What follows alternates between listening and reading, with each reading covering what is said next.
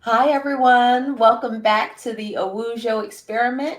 I am Yvette Gibbs, your co-host, host, co-host, Hostess, co-hostess, hostess, the hostess with the mostest, all of all of that. I'm Yvette Gibbs, founder and managing director of Awujo Consulting, and I am here with my co-host and nephew, Mr. Slim DeWitt. what's going on, beautiful people. So, today's episode is I'm gonna try not to cry. I'm trying not to cry. I'm trying to keep these tissues over here and untouched. And I've had time with this topic for a little bit to work through what I needed to work through to be able to have this conversation. And the let's just dive right in. The topic for this episode is addiction and substance abuse. Um, the essential question, or more so statement for today, is that no one chooses to be an addict. Um, I've shared in, or maybe lightly mentioned in other episodes. I know I've talked about it in some recording, whether it was part of this podcast, Slim, or some things that I did, prior to us coming together. But I am the daughter of a highly functional crack addict.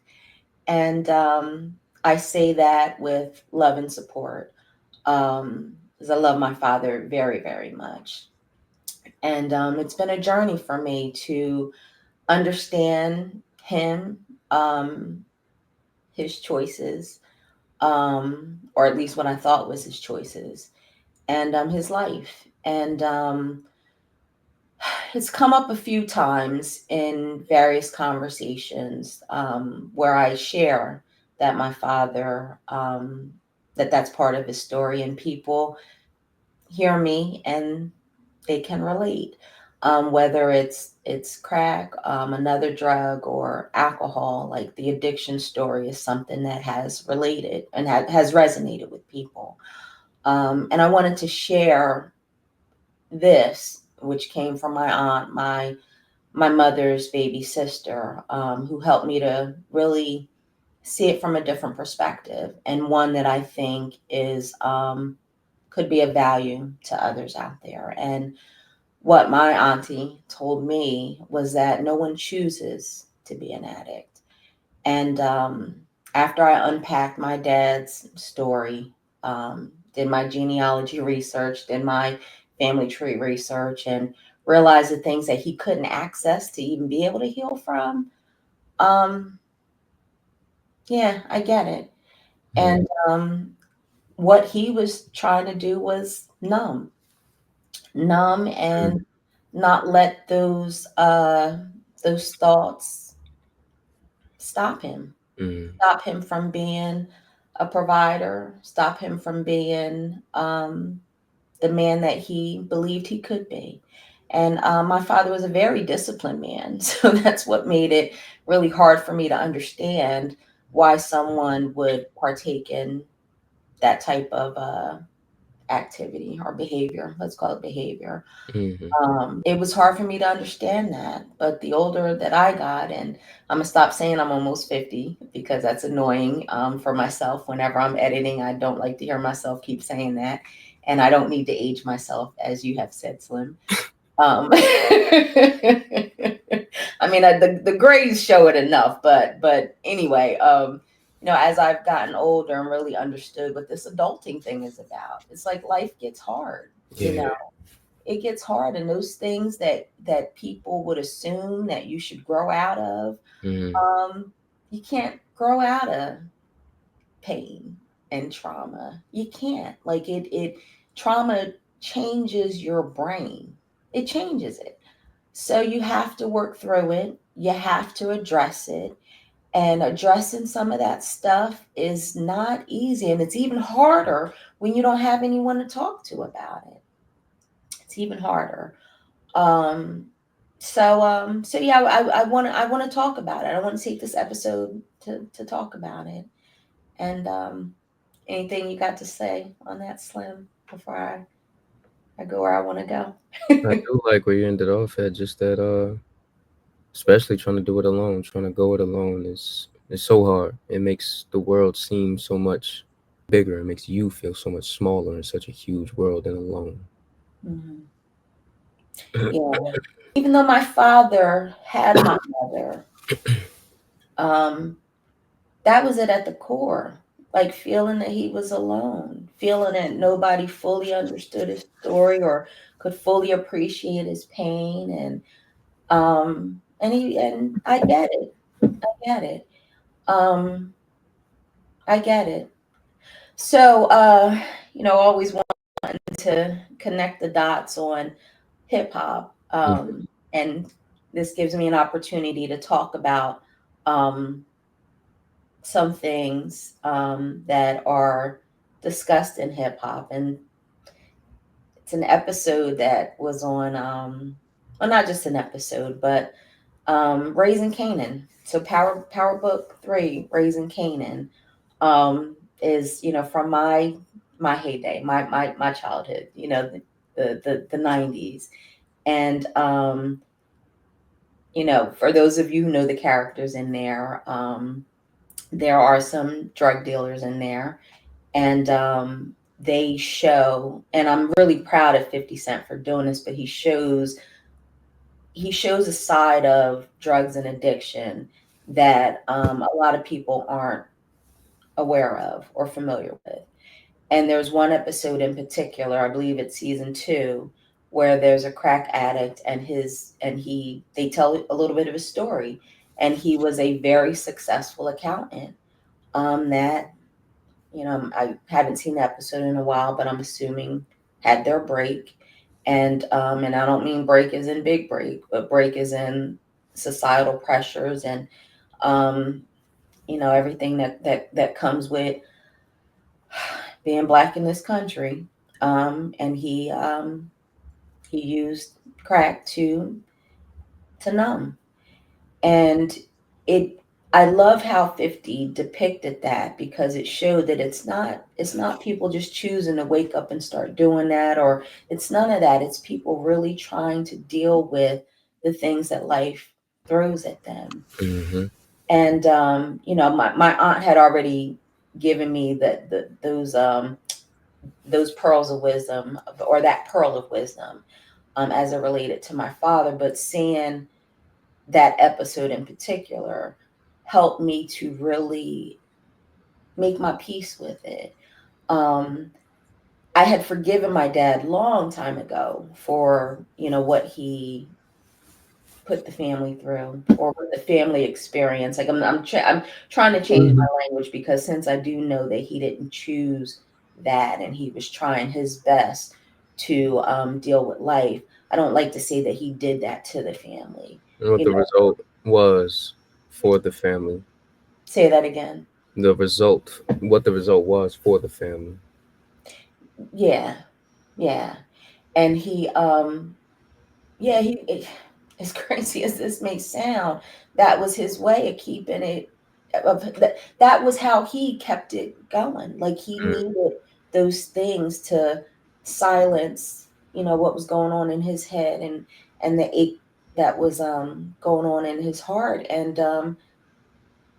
it yeah, that's what he chose. And there's a lot that I could say about it, but some things I do want to keep, Mhm. a little bit close to the vest, because um, I don't need to debate with people what I feel about my father, or my upbringing. Was my experience. And my dad, he doesn't owe me anything. And I'm glad that I was able to really take the time to understand what was going on with the addiction across the board, so that I can understand him better, and that I could, you know, um, not judge, not judge, because his pain ran deeper than I could have ever imagined. Mm. And when I think back, I'm like, I don't know how I would have been able to survive with the stuff that he had going on. And I'm grateful that I've been able to talk with him about a lot of different things to really make my peace with it. And I'm not ashamed of his story anymore. I'm not ashamed. Um, One of the things that I was ashamed about growing up was crack being perceived, or drug addiction in particular. I don't even like to say crack really, but drug addiction in particular. Um, that it was something that only affected my community, my Black community. Mm.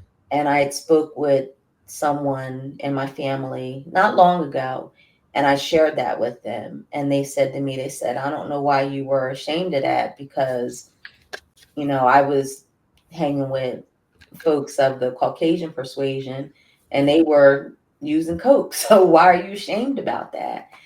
And it was weird how things happened after having that conversation, because I started talking to folks from all different walks of life, and they were telling me about like a time that Morristown, which is Morristown, New Jersey, so southern New Mm. Jersey, not the one up north, but Morristown, there was a really big cocaine issue in Morristown, like in the 80s. Mm. So, what this person in my family had said to me to help me to let go of the guilt and shame that I was holding on to as it related to my dad, like I started realizing that this stuff was going on everywhere, but people just couldn't talk about it, didn't talk about it, whatever the case may be.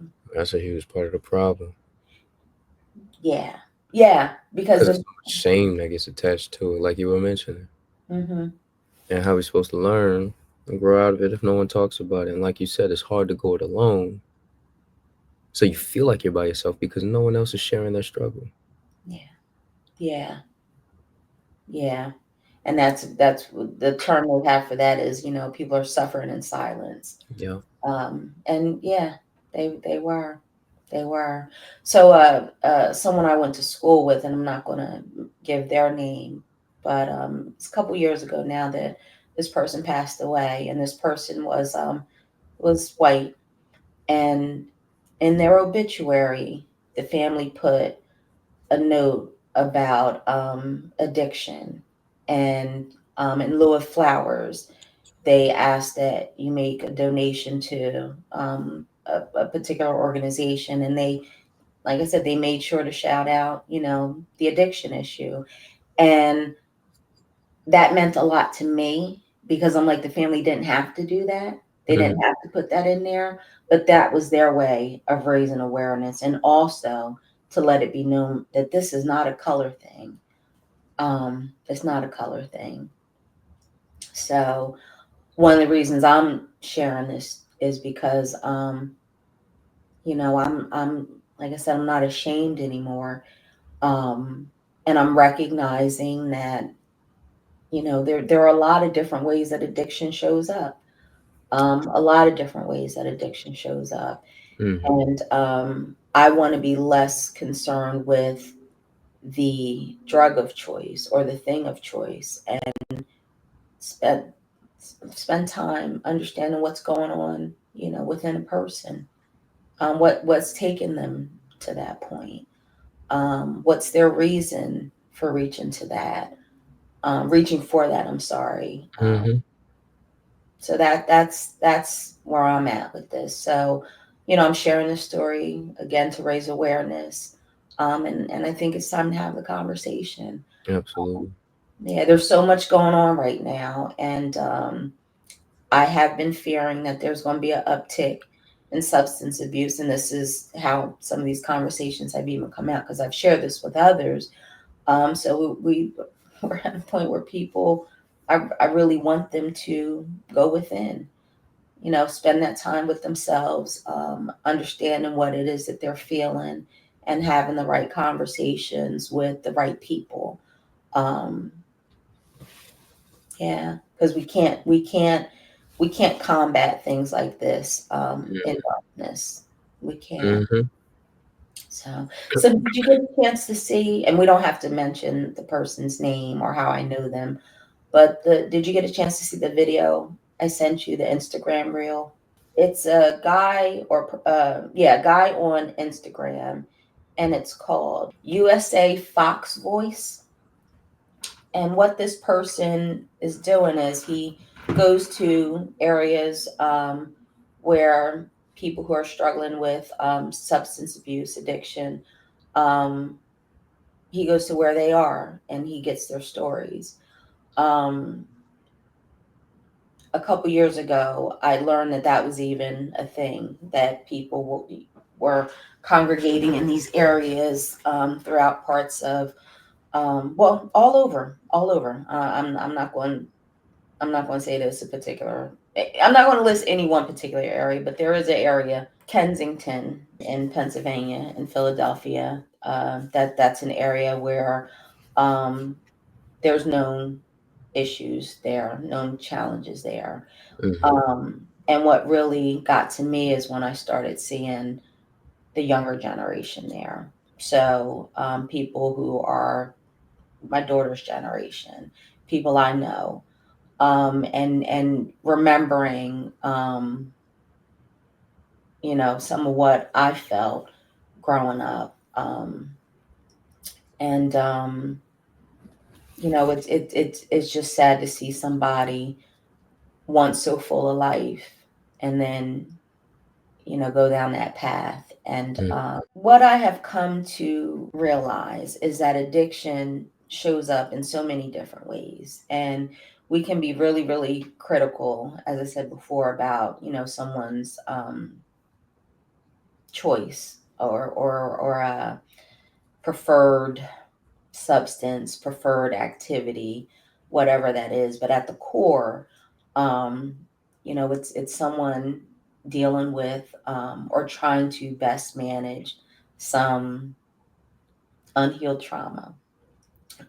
And it's one thing to be trying to work with unhealed trauma because you're aware of that trauma. Mm-hmm. But when it's trauma that's not recognized, to me, that is a greater challenge. Um, so The more how covert, so you're actively, you're subconsciously running.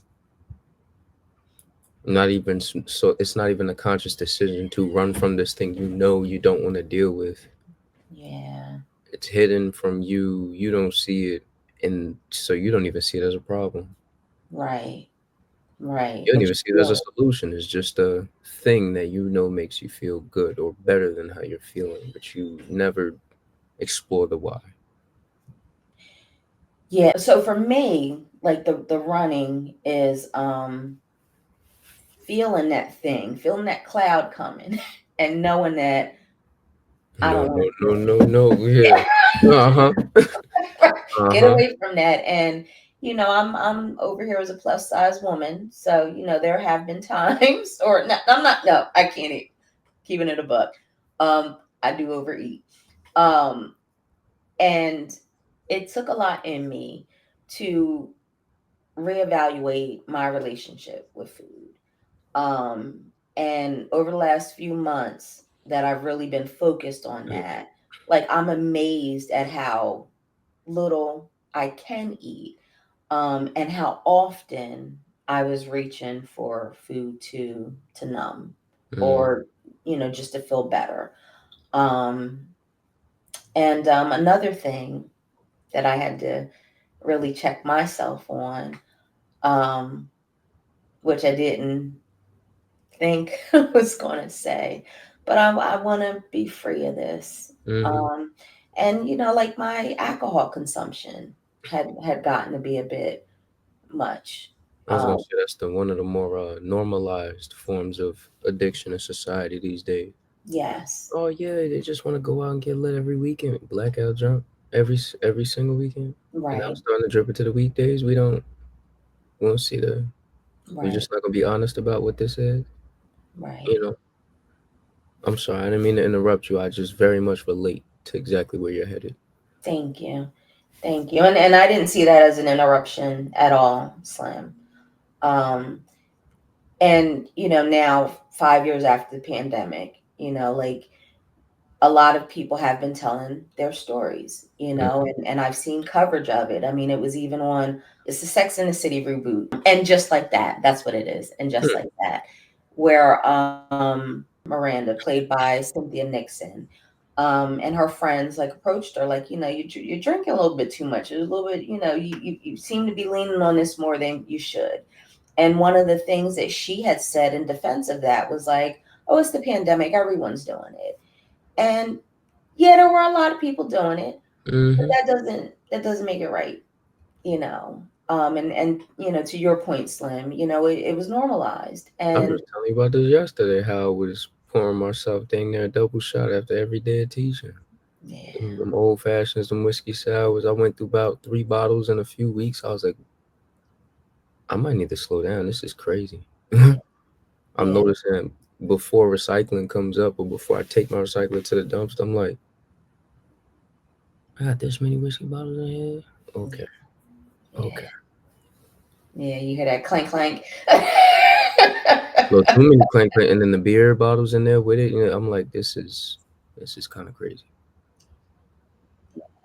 And I like you had said, it's one of those things that has been normalized, and it's I know all the sayings that come with, getting tipsy and throwing them back, on the weekend.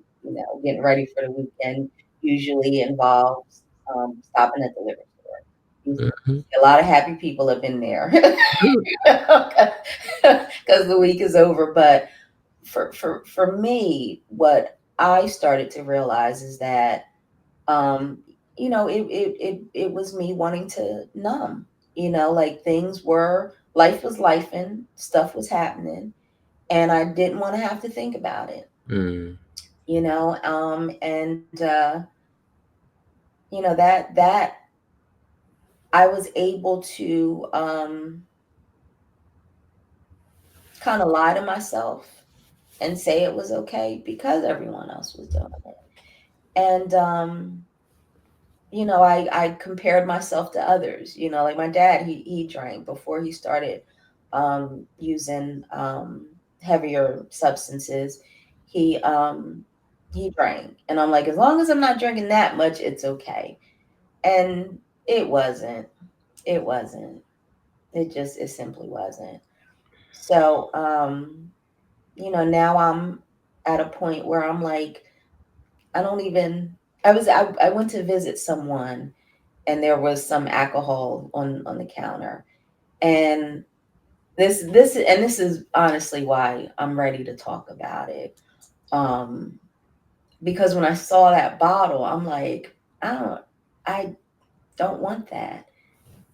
And it was like I didn't want it because I'm like, I want to enjoy life. I want to live life. I want to experience this moment, um, and everything that comes with it. So I'm not running from experiences anymore. I'm leaning into things, and I want my memory to be intact for mm. as much of it as possible. Yeah. Anything to add on onto that, Slim?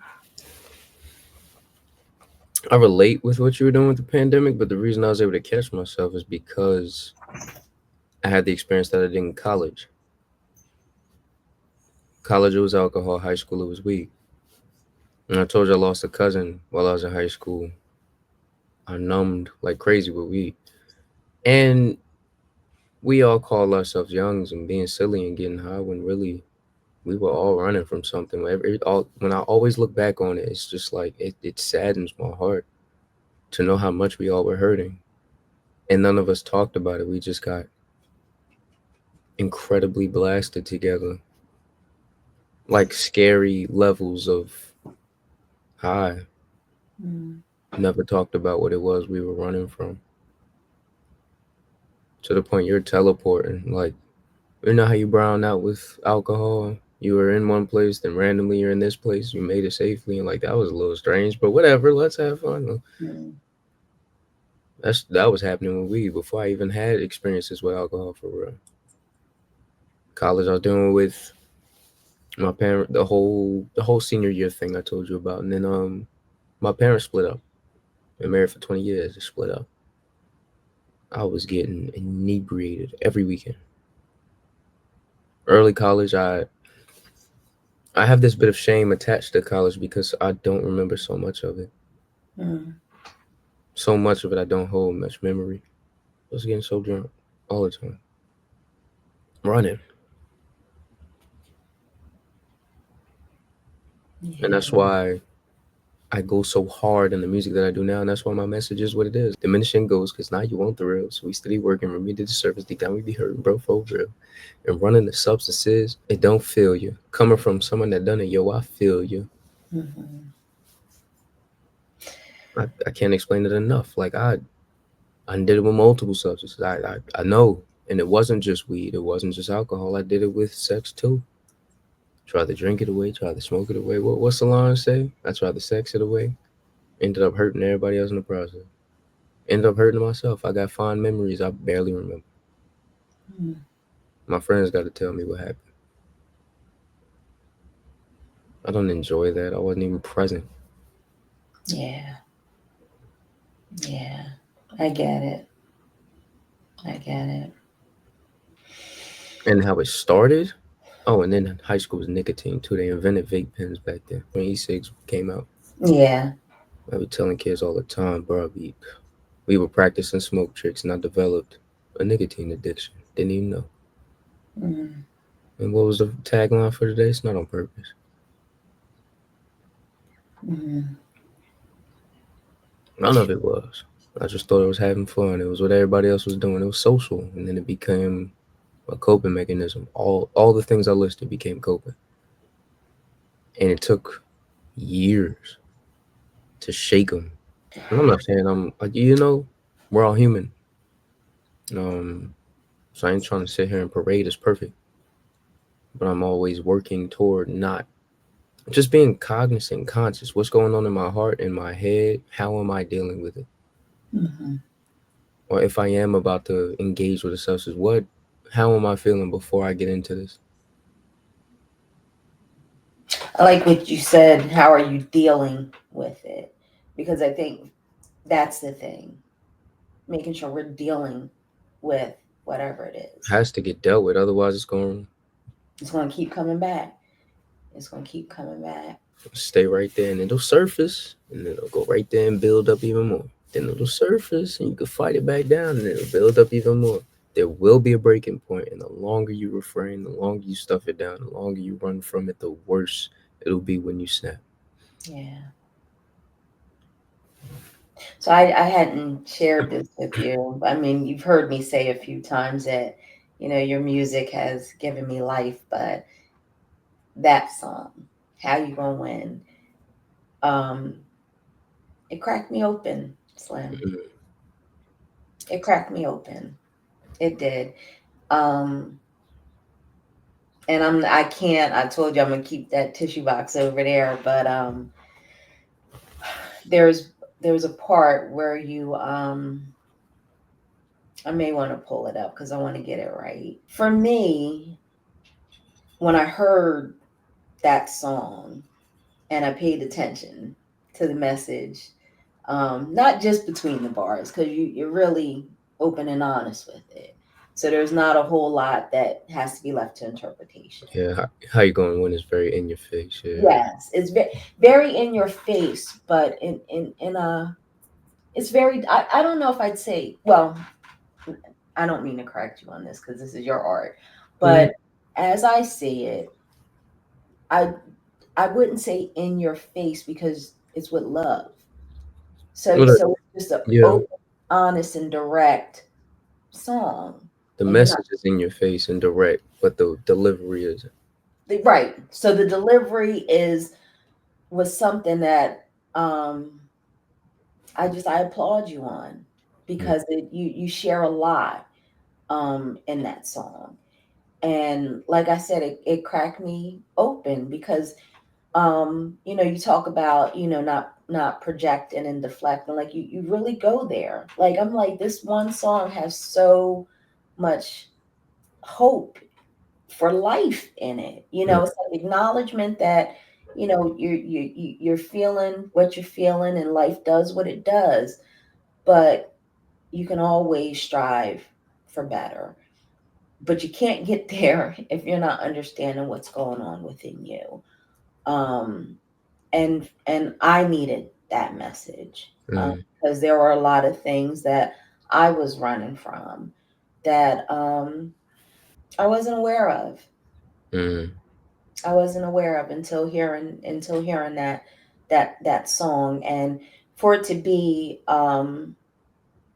your song and of your generation. I felt as though there's a lot of conversations that need to be had between my generation and yours. Because if I'm feeling this way and you're feeling this way, being 20 years younger than me, um, what happened? mm, What didn't we learn from?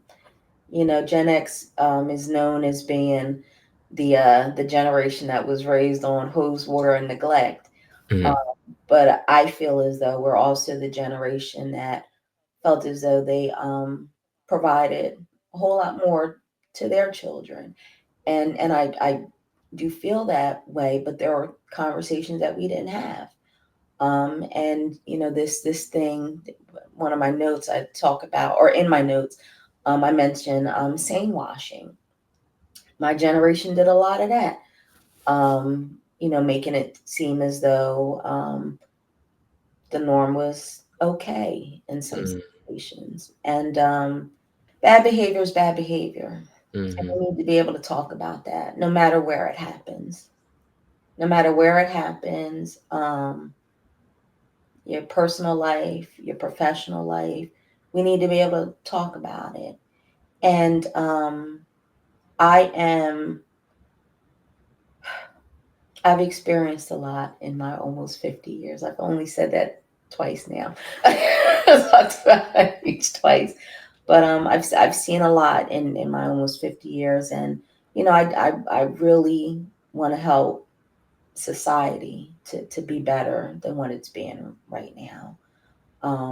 And I have a lot of concerns with some things that are happening in this country, some things that are happening within families, and the one I'm most focused on is my community. With all that's going on in the country, and um, just life in general. mm, Um, it's been time for this, but something that has really helped me to love myself, and accept myself fully is doing that shadow work. mm, And that has been, it wasn't a it was terrifying in the moment. Okay, it was terrifying in the moment to actually allow myself to sit with the things that I had been running from. Um, it was not easy, but now that I'm on the other side of that, like I look back and I'm like, wow, like that was in my head, mm, and I was letting this stuff that was in my head create, these physical ailments, like during the pandemic. So there was one point where I was so stressed out that it was hard for me to walk. Like I had so much cortisol like in my body that it was starting to affect my joints. mm, Um, it was it mhm, was serious. So when you get to the other side of that darkness, and you realize that you have the power, you know, um, for a little for a little bit, guilt could have kicked in, because it's like I got in my own way. No, this person did it, that person did it. Like when I really realized that it was my decision to participate in those relationships, mm, or to allow that behavior. Like it probably took, but recognizing that what was needed to do the shadow work or the things that I needed to address, that probably took just as long as me working to forgive myself. mhm, But both of them had to happen. So I'm really glad to be on the other side of it. And, healing is messy and, it doesn't come with a handbook. Well, I shouldn't say it doesn't. No, it doesn't come with a handbook. And I'm going to stand on that because there's so much out there on dealing with trauma, working and learning how to integrate that shadow. So there's no one way to getting it done. Hmm. But it's worth it. It's worth it for you to take that time figuring out your path to wellness. Yes, it is. It's worth it. So when I go up and down the steps now, almost as fast as the dog, I feel real proud of myself. Or This double chin that I had going on is starting to disappear. So I'm proud of myself. So I'm learning to celebrate the small things. hmm Or I what should say, helps keep the say so it that. helps keeps coal in the engine. Yes, Hmm. yes, yes. Celebrating those small things.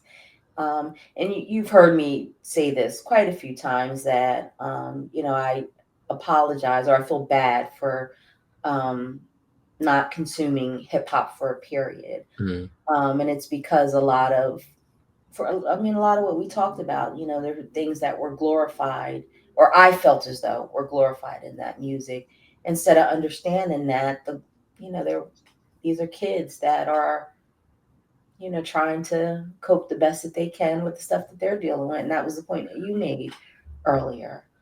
So I really feel like as a community, it's time for us to have these hard conversations and not shun um, people for the way that they're living.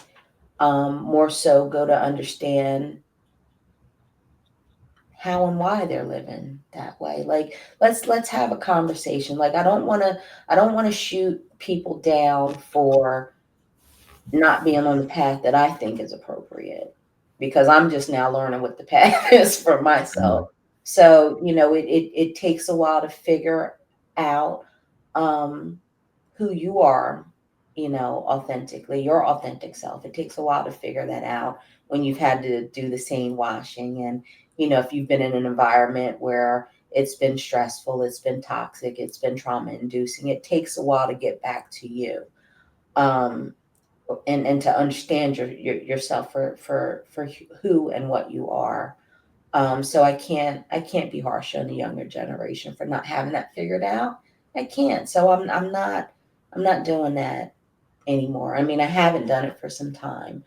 Um, but I feel like I need to publicly say, that I'm sorry for the judgment that I put on a generation instead of being curious.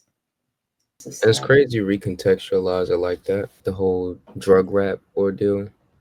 I have villainized it for so long. When music is expression, and these folks are speaking of the situation. My only thing is, I think it'd be more constructive to get into the why, Yeah. because that's something we're not doing. We're not taking that extra step in the music industry, and not doing that is a disservice to all the youth that look up to the people listening to this music. So then it gets mistaken as glorification, when really Hmm. it's just expression. Hmm. So that helps create a little space for grace for them. Yeah. Yeah. It creates it definitely, um, definitely, and I guess that's really what it was for me. Like if I would have remained curious, saw it as Mhm. art, saw it as art, remained curious, um, then it would have been so much easier to show compassion. It would have been so much easier to show compassion. The bit that my aunt gave me not long ago, um, about no one wanting to choose to live that way. Like it was more than an aha moment. It was like, wow, like I never thought about it that way. And another thing that she said has shared with me, she has said that, if she can't do anything to help someone, she's sure not going to do anything to hurt them. And, when I think about how critical I have been, how judgmental I have been of, um, you know, not just the music, but, pe- the non-musicians or the non-artists, or let's say non-musicians that Mhm. have dealt with addiction. It's like that wasn't helping them. To your point, Slim, it's like, understanding the why, like having that conversation. So the Instagram reel I had sent you, the person that created that, it's like, I appreciate that he's doing that. But I do, I ask myself, but you're doing it on social media, and is everyone that you meet, are you following through with them to get them the help and the support that they need? Mhm. And I haven't been on that person's page or followed them long enough to say that, but that's the first thing that comes to mind. So I want to talk to people to understand their why, um, and help them, to take that journey when they're ready. When they're ready, there's so many different reasons that people um, there's so many different reasons why people go that route, and I don't judge any of it. I don't judge any of it. It to me it's just sad that it's like judging them is just adding insult to injury. So feels a little doesn't feel good to do like a Wujo plug right now. Come see me for coaching and consulting. That doesn't feel like a good plug, but I mean, seriously though, the reason I started Owujo is to because I've been there. I've experienced a lot of life. Um, I have I've seen a lot. I've been through a lot, and I'm on the other side of that. And I really the judgment just doesn't have the place in my heart that it Mhm. wants to. Even when I was judgmental or allowed I don't even know how to say it, but when I was in that judgment space, even then it was because I wanted people to be better. Um, Mhm. I just wasn't communicating that in a way that people could receive. One of the reasons I speak about, things being um, so tense right now is because I recognize even my part in some of it. And I'm just going to say it. You can't yell at people and tell them to be better. You have to understand where they are. You got to meet people where they Gotta are. meet them whatever. Yeah. So, for everything that's going on in the country right now, um I can't even say I'm disappointed. It's like it makes sense to me. The country is divided right now, and you won't come together if you keep yelling at one another. So we have to be able to sit down and have these hard conversations. And this episode is that for me. This is a hard conversation with myself, with you, Slim, as my witness. And I very much appreciate that, and I want to be that for others because it does help to know that someone understands what you've experienced, what you've gone through, and it and it doesn't change their opinion of you. So you do need it. I feel as though it's beneficial to have someone, to have a witness that um, isn't judgmental and holds that space for you. Mhm. So I do want to be that for others. I'm ready, been ready, but now I'm really ready because I it's all out there. It's all out there. So yeah. Again, can't do the usual plug, but that yeah, that's what it's here for. Mhm. That's what it's here for. This holistic well-being. And you talked about this last episode, Slim. So that's another reason why I was okay talking about the weight bit. And your girl is, going to help, to get me a plan together. Because this is my temple and I haven't been treating it as such. And it's because I needed to do that internal work. So I'm ready for my outside to come as close as possible to match with my inside. Yeah. And I got this smile. I want to shine it on a few more people, and still get some smiles back, or, some flirts. Cause I am a flirt. I'm learning, I am. I don't mean to be. I really don't mean to be. But what it is more so is I love when my light inspires other people. That's a beautiful way to put that. Yeah. Yeah. So it's not flirting. It's not. For me, because I identify with the same thing, we gotta get my girlfriend to understand it that way. That's the goal. It ain't. I'm trying to get at them. I'm just trying to spread a little smile here. Yeah, it's contagious. Smiles are contagious, and you mention that before, and I like that. I love to be able to flex that smile and to get it back from someone, and when you've connected with somebody, I want to say on a soul level, but the interactions aren't long enough. But when you've shined that light and you've given someone else permission to shine theirs. Mm-hmm. I enjoy doing that, and everybody that I shine the smile at isn't someone that I'm thinking about in those ways. It's just life is too short. Life is too short. Truly. Let's share some moments in this experience that is supposed to be held in community. Yeah. The whole purpose of illusion. Yeah. Not too bad, I like that one. That flowed much better than what I was trying to do. But no, seriously, it really is about the community, and why I'm sharing this is for my community. Like, my hometown knows this story. Mm-hmm. They know this story, and I want to talk about it. I do. So it was a lot to get out in an episode, Slim. So I think we can keep this one a little short. Mm-hmm. There were some corporate pieces that I wanted to connect to this, but I think I did enough. Mm-hmm. Let's keep the conversation going. Always. Yeah.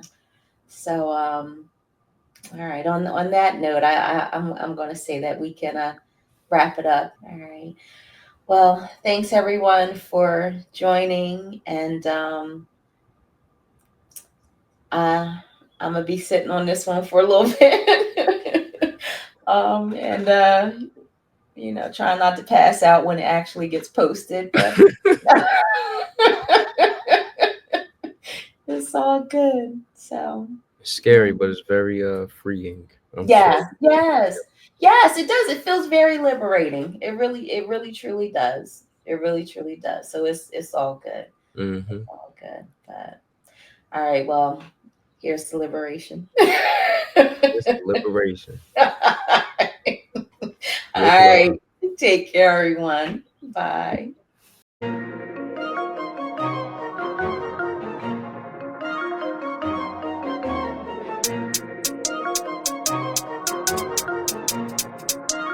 Why would I throw in the towel? I just got in my bag. I don't make no mistakes. I'm coming for mine, and there ain't no one taking my place. Listen, I've taken some L's. Yeah, that means I lived and I learned. Now I got some money to burn. Why would I throw in the towel? I just got in my bag. I don't make no mistakes. I'm coming for mine, and there ain't no one taking my place. Listen, I've taken some L's. That means I lived and I learned. Now I got some money to burn. Why would I throw in the towel? I just got in my bag. Slow the stars, what they calling now? I don't know what they talking about. Scoop saying back in Rio went 3-0, he immortal now. Look at him, I see a lot of eye. A little sluggish getting off the line. As soon as I hit my big strides, yo, wish I got disqualified. Why? Cause I've been in my bag. Collecting the AU, I'm afraid you just competing for ad. When I rap, it's a chemistry lab. Look. Got every element stacked. I'm bringing real energy back. Got everything that my enemies lack. I do not care if you're miles away. Get up and grind away. They gonna lie and say that chasing your dreams has got an expiry date. That's cap.